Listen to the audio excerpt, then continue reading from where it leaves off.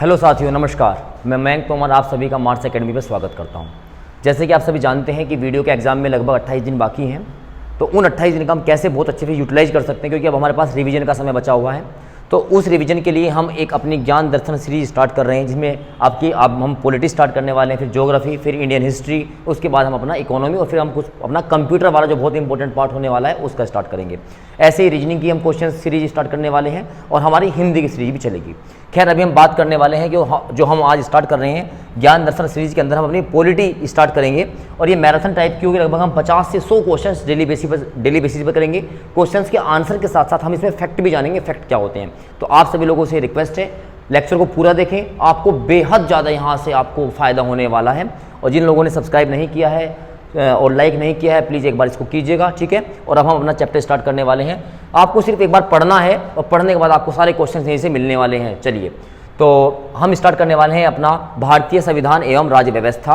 और हम यहाँ पर आपको थोड़ी सी बात बता दें कि हमारे पास जो इंडियन कॉन्स्टिट्यूशन है उसमें हमारे पास जो कुल भाग हमारे पास कितने हैं? 22 भाग हैं। अगर हम बात करते हैं शेड्यूल्स की, अनुसूचियों की बात करते हैं, पहले 8 हुआ करती थी, अब हमारे पास कितनी अनुसूचियाँ हैं? 12 अनुसूचियाँ हैं। तो टाइम टू टाइम आपको फैक्ट बताता हुआ चलूँगा। अब हम क्वेश्चन की ओर बढ़ते हैं।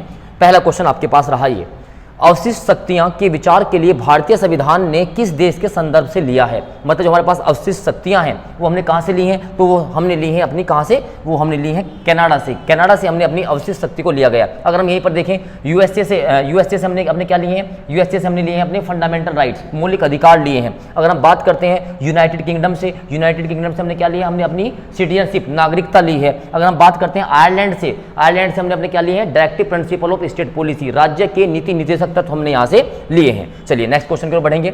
सेकंड क्वेश्चन, कैबिनेट मिशन योजना के तहत गठित अंतरिम सरकार का नेतृत्व किसने किया था? आपको पता है, जब हमारे पास कैबिनेट मिशन आता है, संविधान सभा का निर्माण होता है, तो उस टाइम जो हमारे पास जो गठित सरकार होती है उसका जो नेतृत्व है, जो उसका अध्यक्ष है, वो हमारे पास कौन रहते हैं? वो रहते हैं हमारे पास Jawaharlal Nehru. Option number B यहाँ पर बिल्कुल सही आंसर होगा। चलिए क्वेश्चन नंबर 3 की ओर बढ़ेंगे। क्वेश्चन नंबर 3 में लिखा है, निम्नलिखित में से कौन भारत के संविधान की मुख्य विशेषता नहीं है? बच्चों, इन क्वेश्चंस पे आप ध्यान दीजिएगा, ठीक है ना। जो नहीं है तो नहीं है के लिए बोल रहा है। देखो, अगर हम बात करते हैं 3 स्टेज लेयर गवर्नमेंट की, 3 स्तरीय सरकार, आपको पता है हमारा ग्रामीण स्तर होता है, ब्लॉक स्तर होता है, जिला स्तर होता है, यानी कि बात तो बिल्कुल सही है। सार्वभौमिक वयस्क मताधिकार, राज्य नीति के निदेशक सिद्धांत, ये भी हमारे पास है। सबसे छोटा लिखित संविधान, ये हमारा नहीं है, क्योंकि भारत का संविधान पूरे विश्व का सबसे बड़ा लिखित संविधान है। तो यहां पर इसका कौन सा ऑप्शन होगा? ऑप्शन नंबर डी होगा। चलिए क्वेश्चन नंबर 4 की ओर बढ़ेंगे। लिखा है क्या, निम्नलिखित में से किस भारतीय संविधान की मुख्य विशेषता नहीं है? यहां पर भी नहीं है की बात की जा रही है। आपको पता है अर्धसंघीय संरचना बिल्कुल भारत के संविधान की एक विशेषता है। अगर हम बात करें प्रतिबद्ध न्याय, भारत का प्रतिबद्ध न्याय तंत्र नहीं है, क्योंकि हमारे पास जो न्यायपालिका है वो स्वतंत्र रूप है, वो इंडिपेंडेंट है, जहां पर हम अपना सुप्रीम कोर्ट पढ़ते हैं, 124 आर्टिकल से लगाकर पढ़ते हैं। तो इसका ऑप्शन नंबर क्या होगा? बी होगा, जो नहीं है। अगर हम बात करते हैं नंबर 3 की, शक्तियों का वितरण बिल्कुल किया गया है, स्टेट और हमारे पास सेंट्रल गवर्नमेंट के बीच में किया गया है, और हमारा लिखित संविधान है, और संविधान ही हमारे देश का सबसे क्या है? सुप्रीम चीज है। चलिए, तो ऑप्शन नंबर इसका बी होने वाला है। नंबर क्वेश्चन नंबर नेक्स्ट 5, निम्नलिखित में से किसने संविधान सभा में उद्देश्य प्रस्ताव को रखा था? आप सबको पता है, संविधान सभा में उद्देश्य प्रस्ताव रखने वाले कौन थे? पंडित जवाहरलाल नेहरू थे, जिन्होंने दिसंबर में रखा था और जनवरी 22 को हमने इसको अपना लिया गया था as a preamble, as a प्रस्तावना। चलिए, अगर हम बात करें यहाँ पर संविधान सभा में जो संविधान सभा का जो मेन कंसेप्ट था, इसको लाने की बात करें, ये किसका दिमाग का सोचा समझा था? तो ये हमारे डॉक्टर एम एन राव का ही हमारे पास था। तो वो आगे आएगा तो हम उस क्वेश्चन को बताएंगे। चलिए नेक्स्ट क्वेश्चन में बढ़ते हैं। क्वेश्चन नंबर 6 लिखा हुआ है, भारत जैसे देशों के लिए उपयुक्त संघवाद का श्रेष्ठ स्वरूप क्या है? तो अगर हम बात करें इसके श्रेष्ठ स्वरूप की, तो वो हमारे पास क्या है? वो हमारे पास होगा केंद्रीयकृत संघवाद, यानी कि जो हमारे पास सेंट्रलाइज होता है, सेंट्रलाइज के लिए हमारे पास क्या होगा? संघवाद होगा। ऑप्शन नंबर डी इसकी बिल्कुल सही आंसर होगा। चलिए नेक्स्ट क्वेश्चन की बात करेंगे। संविधान सभा का प्रथम अधिवेशन कब हुआ था? सब बच्चों को पता है, प्रथम अधिवेशन हमारा 9 दिसंबर 1946 को हुआ था, जिसमें डॉक्टर सच्चिदानंद सिन्हा ने क्या की थी? इसकी अध्यक्षता की थी। वह स्थायी अध्यक्ष थे। और जो हमारा सेकंड जो होता है अधिवेशन होता है वो 11 नवंबर 1946 में होता है, जब हमारे पास डॉक्टर राजेंद्र प्रसाद को स्थायी अध्यक्ष बना दिया जाता है। चलिए नेक्स्ट क्वेश्चन में बढ़ते हैं। क्वेश्चन नंबर 8, भारतीय संविधान में संघवाद निम्न में से किस देश से लिया गया है? संघवाद की अगर हम बात करेंगे तो हमारे पास एक ही देश है जो है कनाडा, क्योंकि हमने यहीं पर अपनी पूरी जो संघवाद है कि हम बोलते हैं ना भारत एक राज्यों का संघ होगा, तो ये फेडरल स्ट्रक्चर है, ये हमने संघ कंप्लीट कहां से लिया है, कनाडा से। ऑप्शन नंबर 20 का बिल्कुल सही आंसर होगा। क्वेश्चन नंबर 9 की ओर बढ़ेंगे। मांटफोर्ड जो सुधार थे, चैम्सफोर्ड जो सुधार थे, उसकी क्या विशेषता थी? उसकी सिर्फ एक ही विशेषता थी, आपको पता है कि इसमें क्या किया गया था, जो केंद्र एवं जो रियासत थी के साथ साथ द्वैध शासित रियासतों के मध्य शक्तियों का विभाजन किया गया था। और जब इसका ऑप्शन नंबर बी होगा, बिल्कुल ऑप्शन नंबर सी होगा। और आपको पता है फिर हमने ये 1935 में इसको अलग किया कि हमने जो प्रांत थे, प्रांत से हमने द्वैध शासन को खत्म किया, उसके बाद हमने इसको सेंटर में लेके आए थे, तो 1935 हमारा अधिनियम होता है, ऑप्शन नंबर सी। क्योंकि देखो मैं आपको एक बात बताना चाहता हूँ, हमें यहाँ पे क्वेश्चंस कर रहे हैं, तो जितना मैक्सिमम एक्सप्लेन हो सकता है मैं करूँगा, क्योंकि यहाँ में हम आपको रिवीजन करा रहे हैं, आपको कुछ याद नहीं करा रहे हैं। चलिए नेक्स्ट क्वेश्चन की ओर बढ़ेंगे। संविधान सभा द्वारा भारतीय संविधान को कब पारित किया गया? पारित करने की बात करें, आपको पता है 26 नवंबर 1949 को भारतीय संविधान को पारित किया गया था, ठीक है ना। इसको अंगीकार किया गया, इसको स्वीकार किया गया, लेकिन इसको कंप्लीटली जब लागू किया गया तो वो दिन था आपका 26 जनवरी 1950, और 26 नवंबर को हम अपना कॉन्स्टिट्यूशन डे, संविधान दिवस भी मनाते हैं। चलिए नेक्स्ट क्वेश्चन में बढ़ेंगे। 1946 की जो अंतरिम सरकार थी, इसमें कार्यकारी परिषद के उपाध्यक्ष कौन थे? बहुत बढ़िया क्वेश्चन है। तो जो इसके उपाध्यक्ष थे ये हमारे कौन थे? जवाहरलाल नेहरू। ये आपका कैंप सुपरवाइजर में क्वेश्चन पूछा गया है, जवाहरलाल नेहरू इसके उपाध्यक्ष थे। नेक्स्ट क्वेश्चन नंबर 12 की ओर बढ़ेंगे। लिखा हुआ है भारत के प्रथम गृह मंत्री कौन थे? आपको पता है, अगर हम बात करें तो सरदार वल्लभ भाई पटेल हमारे पहले गृह मंत्री थे। अगर हम जगजीवन राम जी की बात करें, हमारी गवर्नमेंट में श्रम मंत्री, लेबर मिनिस्टर हुआ करते थे, ठीक है ना। और अगर हम बात करें अपने डिफेंस मिनिस्टर की, तो डिफेंस मिनिस्टर हमारे हुआ करते थे बलदेव सिंह जी, ठीक है ना। चलिए तो क्वेश्चन नंबर 13 की ओर बढ़ेंगे। भारतीय संविधान लगभग कितने शब्दों से बना हुआ है?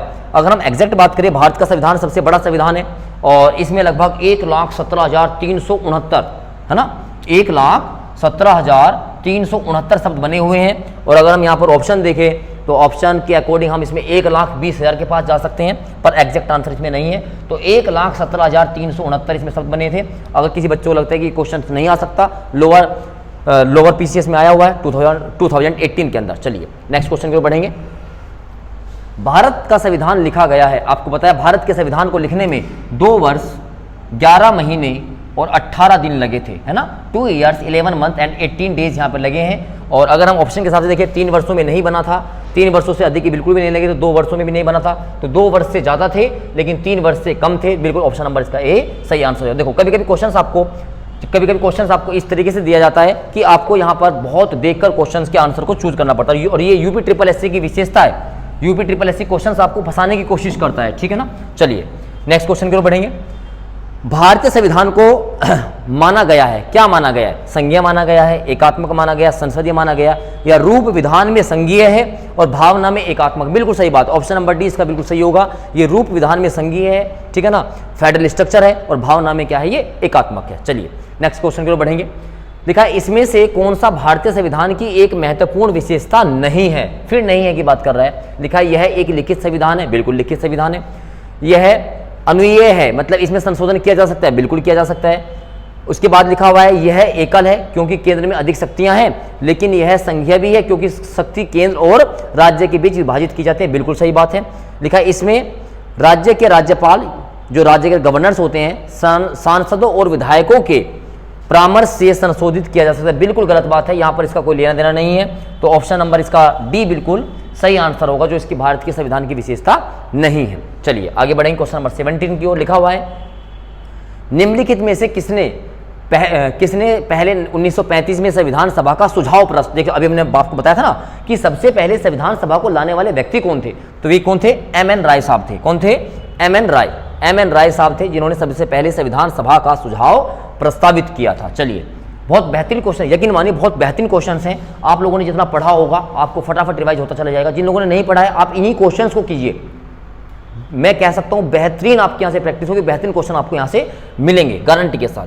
चलिए संविधान सभा की अल्पसंख्यकों की उप समिति के अध्यक्ष का नाम बताइए, और ये अध्यक्ष थे अल्पसंख्यक समिति थी, H.C. मुखर्जी साहब थे। H.C. मुखर्जी यहाँ पर क्या थे? अल्पसंख्यक समिति के उप समिति के क्या थे? अध्यक्ष थे। चलिए क्वेश्चन नंबर 19 की ओर बढ़ेंगे। भारत का संविधान संविधान सभा द्वारा को अपनाया गया था। आपको पता है भारत का संविधान सभा द्वारा 26 नवंबर 26 नवंबर 1949 को अपनाया गया था और इसको 26 जनवरी 1950 को कंप्लीटली लागू कर दिया गया था। तो ये क्वेश्चन नंबर आपका 19 का आंसर होगा, सी आंसर हो जाएगा। चलिए क्वेश्चन नंबर 20 की ओर बढ़ेंगे। संविधान सभा में कुल कितनी महिलाएं सदस्य थी? न जाने इस क्वेश्चन को कितनी बार रिपीट किया है, याद रखिएगा। संविधान सभा की हमारी कुल 11 बैठकें हुई हैं, 11 सिटिंग्स हुई हैं और उसमें जो टोटल नंबर ऑफ फीमेल थी, जो महिलाओं की संख्या थी वो कितनी थी? 15। कितनी थी? 15 महिलाएं थी हमारी संविधान सभा के अंदर। चलिए नेक्स्ट क्वेश्चन देखेंगे।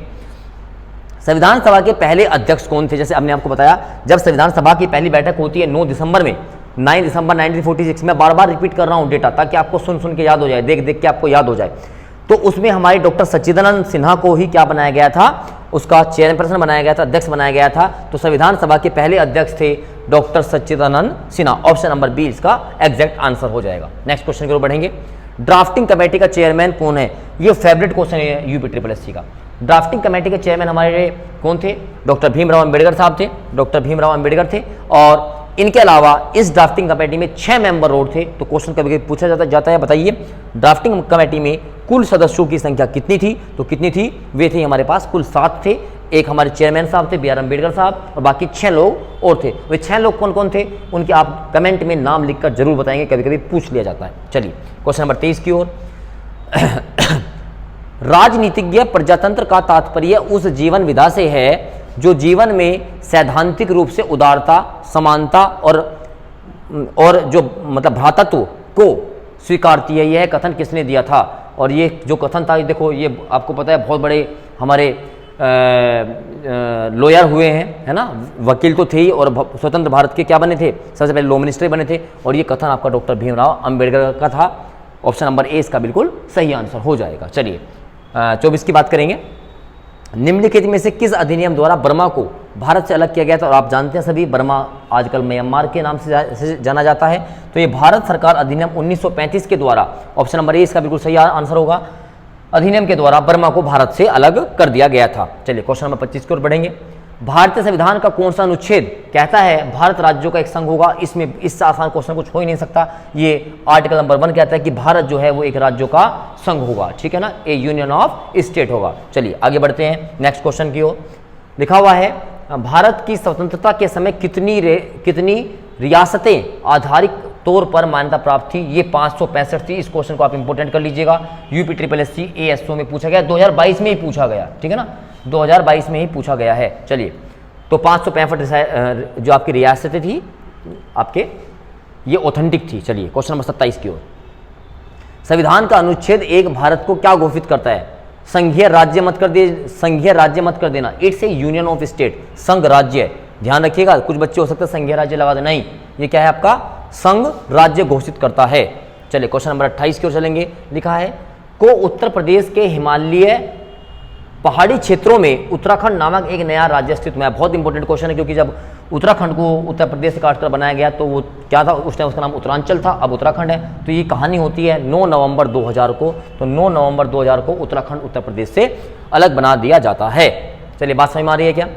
देखो हम थोड़ा तेज भी पढ़ा रहे हैं क्योंकि हमें 15 दिन के अंदर आपको दोबारा फटाफट सब कुछ रिवाइज करा देना है, ठीक है ना, आपकी रीजनिंग भी, आपका GS भी और आपका हिंदी भी, ठीक है ना। तो फटाफट हम इसलिए हम स्पीड से बढ़ रहे हैं जो क्योंकि आपके सारे क्वेश्चन यहाँ से आपके कंप्लीट हो जाएंगे, ठीक है ना। जिन लोगों ने एक बार सेशन को शेयर नहीं किया प्लीज़ शेयर कर दीजिएगा, लाइक जरूर कीजिए, ठीक है ना। चलिए भाषा के आधार पर राज्यों का पुनर्गठन किस वर्ष में किया जाता है? देखो पहली बात तो ये कि भाषा के आधार पर जो आयोग बनाया गया उसके जो अध्यक्ष थे वो कौन थे? वो थे फजल अली साहब। कौन थे? फजल अली साहब थे। और यहाँ पर हरदनाथ जो कुंजरू थे ये इसके सदस्य थे और एक प्रियंका साहब थे। तो इनकी अध्यक्षता में एक बनाया गया और 1956 में पहली बार राज्यों का पुनर्गठन अधिनियम को भाषा के आधार पर बनाने की बात की गई थी। तो इसका आंसर क्या होगा? 1956। बिल्कुल सही बात है, 1956 बिल्कुल इसका सही आंसर होगा। चलिए, और भाषा के आधार पर बनने वाला पहला राज्य कौन सा था? वो था आपका आंध्र प्रदेश।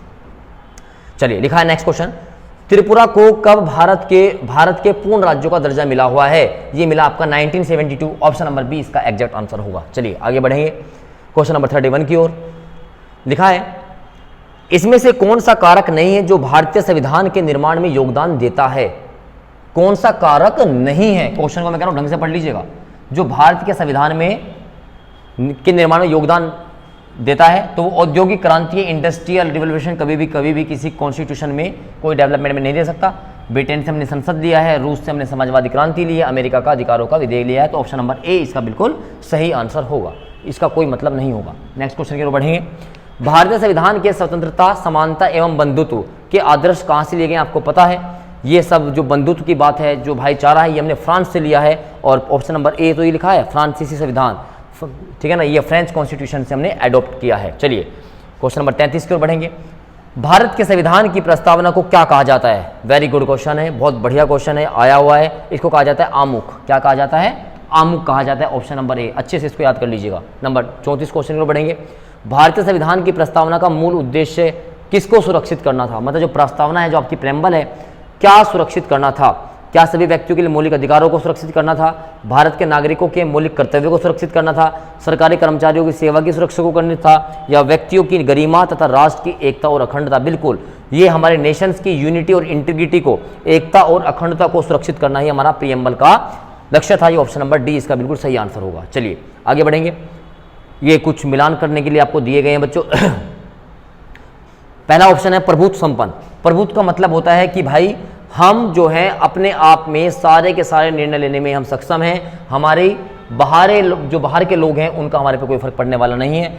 दूसरा है क्या? प्रजातांत्रिक। आपको पता है प्रजातांत्रिक का मतलब होता है जहाँ पे राजा एक ना हो, उसको लोगों के द्वारा चुना जाएगा। धर्मनिरपेक्ष का मतलब होता है किसी भी राज्य का कोई धर्म नहीं हो सकता, कोई किसी धर्म को अपनाने के लिए एकदम पूर्ण रूप से स्वतंत्र है। और भाईचारा का मतलब है कि हमको प्यार से रहना चाहिए। चलिए यहाँ क्या लिखा हुआ है? सभी को एक परिवार के सदस्य के रूप में रहना चाहिए। इसका मतलब भाईचारा की बात कर रहा होगा, बिल्कुल सही बात है। लोगों को बाह्य एवं आंतरिक मामलों में निर्णय लेने का सर्वोच्च अधिकार प्राप्त है, यानी कि प्रभुत्व संपन्न की बात करेगा।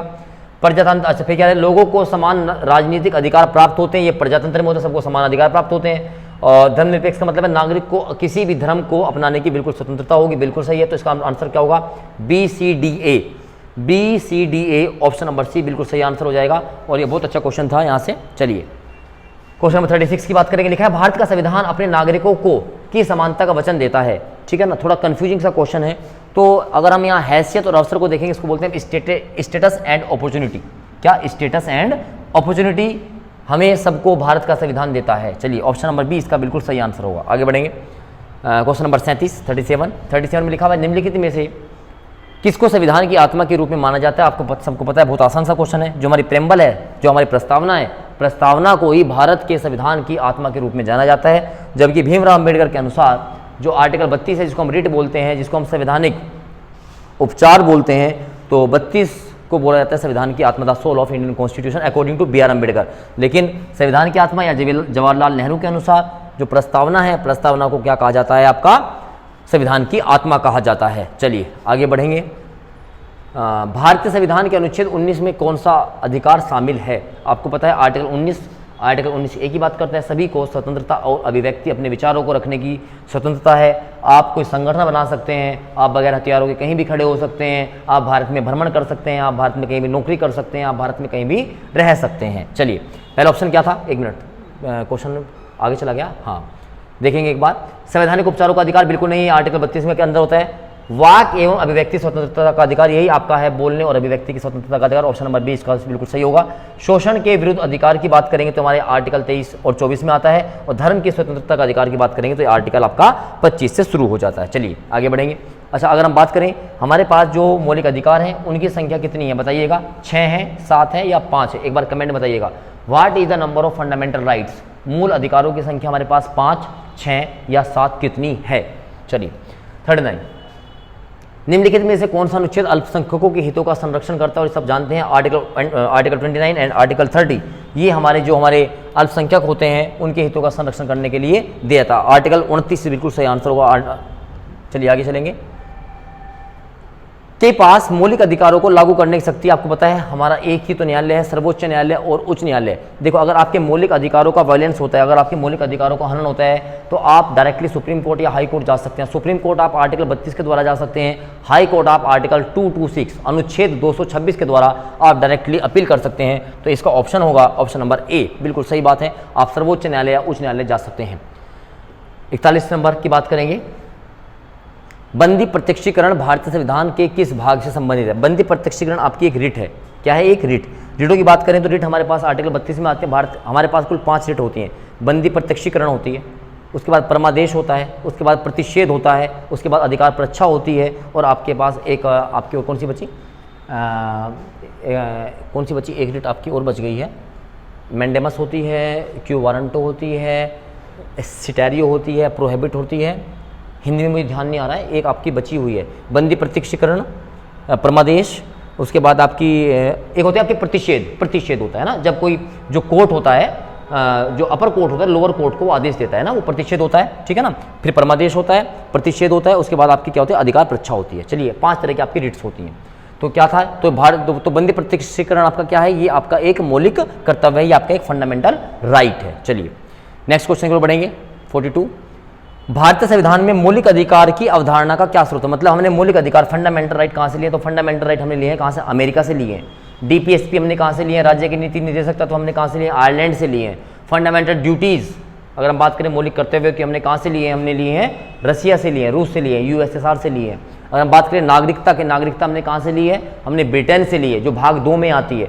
और अगर हम बात करें अपने मौलिक अधिकारों की, भाग 3 में आते हैं। अगर हम बात करें अपने राज्य के नीति निर्देशक तत्वों की, तो भाग 4 में आते हैं, ठीक है ना। अगर हम बात करें फंडामेंटल ड्यूटीज़ की, अगर हम बात करें फंडामेंटल ड्यूटीज़ की, तो हमारे पास ये किस में आती है? भाग 4A में आती है। चलिए नेक्स्ट क्वेश्चन देखेंगे। शिक्षा के अधिकार एक मौलिक अधिकार है जो कि संबंधित है। आपको पता है शिक्षा का अधिकार एक मौलिक अधिकार है, और ये आपका अनुच्छेद 21A में जोड़ा गया है, 21A में जोड़ा गया है। एक आपका संविधान संशोधन हुआ था 2002 में, 86वां संविधान संशोधन, उसी के द्वारा 21A में क्या जोड़ दिया गया है? शिक्षा का अधिकार जोड़ दिया गया है। चलिए 44 की बात करेंगे। सर्व शिक्षा अभियान का उद्देश्य किस आयु समूह के बच्चों में शिक्षा को प्रोत्साहित करना है? बड़ा आसान सा क्वेश्चन है लेकिन आया हुआ है, और ये है 6 से 14 साल तक के जो बच्चे होते हैं, ये आते हैं आपकी सर्व शिक्षा अभियान के अंदर। देखिए बच्चों, मैं उम्मीद करता हूँ आपको सब चीज़ें समझ में आ रही होंगी। फिर भी अगर कुछ चीज़ समझ में नहीं आती है, आप कमेंट में जरूर कीजिए, ठीक है ना। बेसिकली हमारा काम जो है वो है वीडियो एग्जाम में आपका कुछ भी नहीं बचना चाहिए। बहुत मुश्किल से ये मौका मिला है आपको, 5 साल तक का आपने इंतजार किया है, और अब बस करो या मरो की स्थिति है, ठीक है ना। क्योंकि इसके बाद कब वैकेंसी आएंगी, क्या होगा, क्योंकि पहले वैकेंसी आपकी यही पूरी होगी। तो सब बच्चे जी जान से लग जाइए। जो कंटेंट है, जो आपका पुराने जितने भी पेपर्स के क्वेश्चंस आए हुए हैं, वो सारी गारंटी मेरी है। जीएस और हिंदी के प्रीवियस ईयर्स के पेपर सारे मैं आपको करवाने वाला हूँ, ठीक है ना। तो बस आपको सपोर्ट करना है, ठीक है ना, ताकि मैं आपको अच्छे से अच्छा और प्रोवाइड कर सकूँ। चलिए इसके बाद क्वेश्चन नंबर नेक्स्ट देखेंगे। 44 की बात करेंगे। कौन सा मौलिक अधिकार अल्पसंख्यकों के हितों के संरक्षण की बात करता है? आपको पता है ये कहा, देखो मौलिक अधिकार, देखो मैं इनकी सबकी बात करता हूँ। शिक्षा का अधिकार अभी हमने पढ़ा, ये 21A में है। शोषण के विरुद्ध अधिकार आर्टिकल ये 22 में, और सॉरी आर्टिकल 23 और आर्टिकल 24 में, जिसमें बच्चों 14 साल से बच्चों का कम उम्र का बच्चा है वो काम नहीं कर सकता। जो बंधुआ मजदूर है उसको खत्म की गई। संवैधानिक उपचारों का अधिकार आपको पता है, मैंने बताया रिट आर्टिकल 32 के अंदर है। तो एक ही बचता है सांस्कृतिक एवं शैक्षिक अधिकार, ये है हमारा इसका आंसर होगा। चलिए 46, निम्नलिखित में से कौन सा उदाहरण संविधान स्वीकृत मूलभूत अधिकारों का उदाहरण नहीं है? अच्छा जी, क्या है? पहला, बिहार से कुछ श्रमिक आजीवन का हेतु महाराष्ट्र चले जाते हैं, बिल्कुल कुछ मतलब नहीं है। जो क्रिश्चियंस होते हैं वो एक चैन में स्थापित करते हैं, कोई मतलब नहीं है। माँ बाप की संपत्ति उत्तराधिकारी उनके बच्चों की होती है, नहीं, बिल्कुल गलत बात है। माँ बाप की संपत्ति के उत्तराधिकारी उनके बच्चे होते हैं, ये बिल्कुल भी अधिकारों का नहीं उदाहरण है, क्योंकि ये एक आपका लीगल राइट है। माता पिता चाहें तो दे सकते हैं, अदरवाइज नहीं चाहे तो नहीं दे सकते हैं। तो ऑप्शन नंबर सी इसका बिल्कुल सही उत्तर होगा। उसके बाद चलते हैं नेक्स्ट क्वेश्चन की। मौलिक अधिकारों को लागू करने के लिए संविधान ने किस विशेष उत्तरदायित्व सौंपा है? तो ये सौंपा है आपके उच्चतम न्यायालय को, सुप्रीम कोर्ट को, हाई कोर्ट को सौंपा है। यही आपको लागू कराएंगे अगर आपका कोई वायलेशन करता है। मैं बता चुका हूँ, सुप्रीम कोर्ट 32 नंबर से करता है, आर्टिकल 32 से करता है, और हाई कोर्ट जो है वो आर्टिकल 226 से करता है। नेक्स्ट क्वेश्चन, संवैधानिक उपचारों का अधिकार के तहत क्या आता है? तो आपको पता है संवैधानिक उपचारों का मतलब हो गया रिट आ गई है ना। तो क्या आ गई है? रिट आ गई है। मौलिक अधिकारों में तो आती है रिट, बोलो है ना, क्या आती है? मौलिक अधिकार, फंडामेंटल राइट्स। तो ऑप्शन नंबर ए इसका बिल्कुल सही आंसर होगा। चलिए नेक्स्ट देखेंगे। भारतीय संविधान का निम्नलिखित में से कौन सा अनुच्छेद विधिक समता यानी कानून के समान समानता से संबंधित? आपको पता है ये आपका आर्टिकल 14 से लगाकर 18 चलता है कि हर व्यक्ति कानून के सामने समान होगा। लोक नियोजन में आपको समान अवसर दिए जाएंगे, ठीक है ना। रिजर्वेशन कुछ पर्टिकुलर क्षेत्रों में दिया जा सकता है, महिलाओं को, शोषित वर्ग को दिया जा सकता है, ठीक है ना। अस्पृश्यता का अंत आर्टिकल 17 के अंदर है, टाइट है ना, बोलो सही बात है कि नहीं है। टाइटल्स का अंत दिया गया 18 में आपको, 19 में आपकी क्या है, फ्रीडम ऑफ स्पीच है। तो यहाँ पर खैर इसका आंसर क्या होगा, आर्टिकल 14 होगा। चलिए आगे देखेंगे क्वेश्चन नंबर 50 और आज का आखिरी क्वेश्चन हम करेंगे। निम्नलिखित में से कौन से मौलिक कर्तव्य हैं, आपको पता है मौलिक कर्तव्य के बारे में थोड़ी सी बात करेंगे। तो मौलिक कर्तव्य हमने लिए हैं कहाँ से, रूस से लिए हैं। सरदार स्वर्ण सिंह कमेटी बनी थी, उसकी रिकमेंडेशन पर, उसी की सिफारिश पर भारत में लागू किए गए थे। जब मौलिक कर्तव्य हमने लागू किए थे तब इनकी कुल संख्या 10 थी, लेकिन आज इनकी संख्या 11 है, ठीक है ना। तो क्या नहीं है देखते हैं, पहला ऑप्शन ये सभी, तो वही पहले पढ़ के देखने पड़ेंगे। सार्वजनिक संपत्ति की सुरक्षा करना बिल्कुल ये आपका मौलिक कर्तव्य है। वैज्ञानिक दृष्टिकोण और मानववाद विकसित करना बिल्कुल सही बात है। और भारत की संप्रभुता, अखंडता एवं एकता की रक्षा करना, बिल्कुल ये सारे के सारे हमारे क्या है, मौलिक कर्तव्य। जैसे हमारे राष्ट्रगीत, राष्ट्रगान, राष्ट्रध्वज का सम्मान करना, ठीक है ना, पेड़ों की रक्षा करना, एनवायरनमेंट का प्रोटेक्शन करना, तो हमारे क्या है, मौलिक कर्तव्य हैं। जो भाग 4A में है, ये सब मौलिक कर्तव्य हमारे पार्ट 4A में है, इसको हम भाग 4A बोलेंगे। और ये आर्टिकल नंबर 51A में है। बात समझ में आई क्या। तो हमने 50 क्वेश्चन आज आपको कराए हैं। अगले लेक्चर में हम आपको 100 क्वेश्चंस कराएंगे, जो नेक्स्ट कल ही हमारा लेक्चर होगा। लेकिन आपकी सपोर्ट की आवश्यकता है, ठीक है ना। जितना आप इसको शेयर कर सकते हो, लाइक कीजिए, जो भी आपको कमेंट, जो भी आपको गलतियाँ लगती हैं या जो आप कह सकते हैं जिससे हम इम्प्रूव कर सकते हैं, तो आप उसको क्या कर सकते हैं, अपने कमेंट में बताइएगा।